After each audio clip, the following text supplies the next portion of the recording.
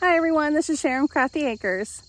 Today I'm in my tomato patch. We're going to be picking tomatoes as well as taking care of a little bit of a blight situation that's going on. Out of 200 plants, I only have like a dozen or so that are being affected by blight. And that's because I do a preventative spray. And I probably should have done it a little bit more often this year. But last week was the first time I actually did it. And really, once you plant them and they get established, you should start the hydrogen peroxide preventive spray, and that'll keep the blight from getting a hold. I don't think I had any blight last week, but high humidity, lots of rain will bring on blight. And we've had the high humidities, but we didn't have tons of rain. But I knew there was going to be 5 days worth of high humidity and just 5 days of heavy rains. And that's what we had. And that's what started the blight for me. So preventative. If you're doing it for a preventative purpose, let me grab my stuff here. You get hydrogen peroxide. This is just this is not food grade or anything. This is right out of it's 3%, right above my finger. It's right out of the grocery store. You do 6 to 8 tablespoons to a gallon of water. And I have a half cup here. That's what I use. That's 8 tablespoons. And I've already mixed it up in my sprayer. And I'll go show you how to take care of plant. I sprayed all these plants. Let's see, it was last Friday. That was before all the rains came. And I sprayed all of them. And I think that's why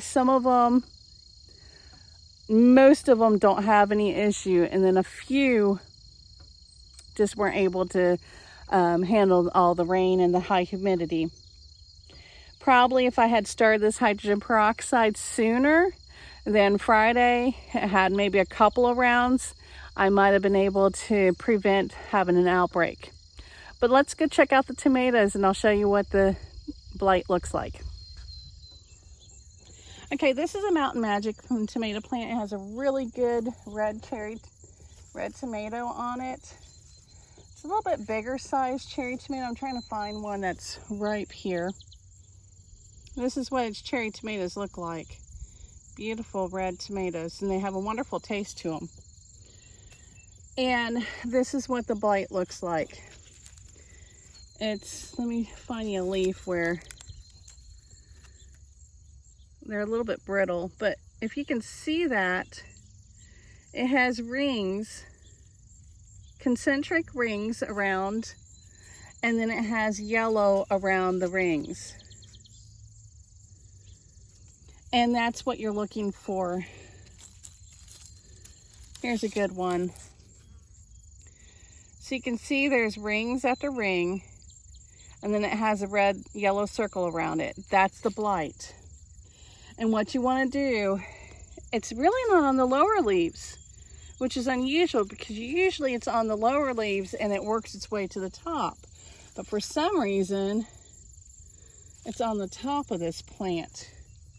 So what we're going to do, I've got my sprayer here, and sorry, I'm just going to give it a real good spray.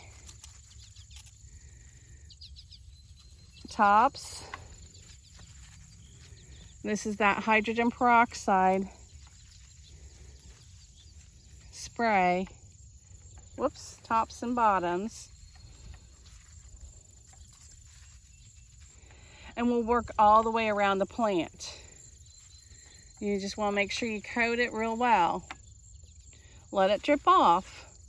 Because what you're doing is the leaves that aren't affected are being cleaned. The leaves that are being affected, it's attaching to that and keep preventing it from spreading. That hydrogen peroxide is kind of attaching to it and keeping it from spreading. And we'll turn around and let's show you this one. This is within just a couple of days. That's crazy. This plant Has no leaves hardly at all at the bottom. The leaves on top look better. Some of these aren't even affected at all. And then some are. So what we'll do is, it's not a loss because we can come in, clean up these. These are done. And what we'll do,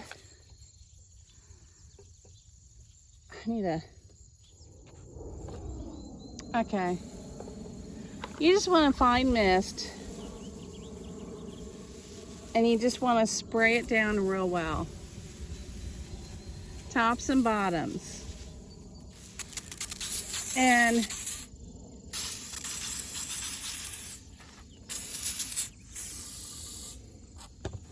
oh, my can fell over. Whoops. Tops and bottoms all the way around the plant. And that should stop it in its tracks. And I'll come back out in about 2 days and do this again on this particular plant. And I'll keep doing this for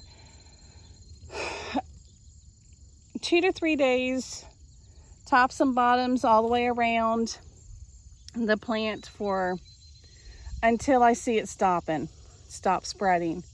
And what I'll end up doing is I'll do the plants all around these as well, because I don't want it to spread to the other plants.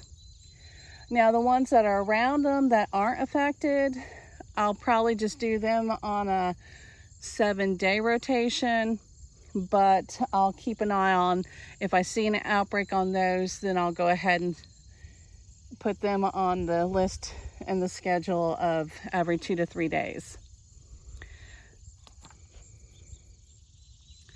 So that's what I'm going to do, is just spray the tops of the leaves, the bottom of the leaves, and that should work.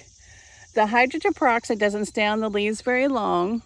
And what it does is it attaches to the leaf, it soaks in, it cleanses the leaf off, and then it's gone once the sun hits it. It's really good to do this on an overcast day because the hydrogen peroxide can stick to the leaf a little bit longer. But I just wanted to get out here and do this video. I'm going to have to do it tomorrow morning because it's starting to get warmer, and I got some of these done earlier today, and then I thought I needed to do a video on this to help you guys out in case you're being affected by the same thing. I'm looking at my plants, and what I'm going to do is, like this plant over here, it's not being affected, but I'm going to go ahead and spray it down since it's next to, and just keep an eye on them. If this one becomes affected, then I'm going to up it to the 2 to 3 days until I see it stop spreading. And I'll do that maybe 2 or 3 times every 2 to 3 days. I may end up upping the amount of hydrogen peroxide. I can go up to 12 tablespoons, but you want to, when you're increasing the amount, you want to go slowly. So I know 8 tablespoons is good for my plants. So I'm just going to do 8 tablespoons for now. Maybe in a couple of days, if I see it still affecting and killing off my plant stems and leaves, then I'll go ahead and up it again.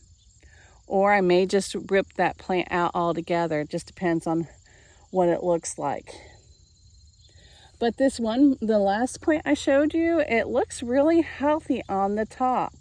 It's just that bottom that really got affected. And I knew with the high heat and the amount of rain that we got, that was a recipe for blight to take hold. That's what it likes, is high heat and humidity. And lots of rain. So I hope that helps you guys. If you found this video interesting, go ahead and like it, share it, and subscribe. Thanks, guys. See you in the next one.